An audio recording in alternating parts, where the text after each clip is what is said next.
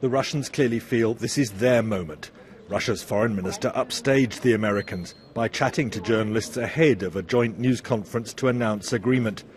America's Secretary of State was kept waiting until they finally set out together what they call extraordinary procedures for the destruction of the Syrian chemical weapons program, made necessary, in their words, by the prior use of these weapons in Syria and the volatility of the civil war. The world will now expect the Assad regime to live up to its public commitments.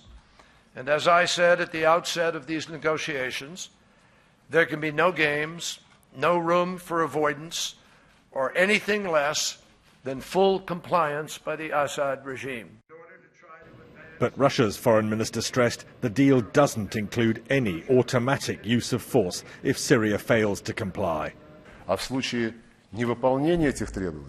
In the event that these requirements are not implemented, or in the event that anyone uses chemical weapons, the Security Council will take measures under Article 7 of the Charter of the United Nations.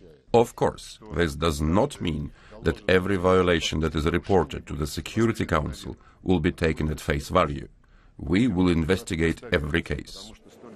Immediately, this does feel like a major breakthrough. Both ministers have made very clear actions will be more important than words, and the road ahead remains difficult and hard. The US-Russia agreement allows President Assad just 7 days to declare a complete list of Syria's entire chemical weapons stockpile.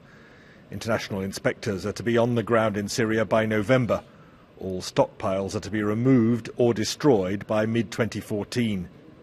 And there'll be a new UN resolution to enforce all this, although the two sides differ about what that could mean in practice. But will any of this relieve the suffering of Syria's people? The Americans and Russians hope it will. Now they want to attempt something even more difficult, by trying to open peace talks here in Geneva with all parties in the civil war next month. James Robbins, BBC News, Geneva.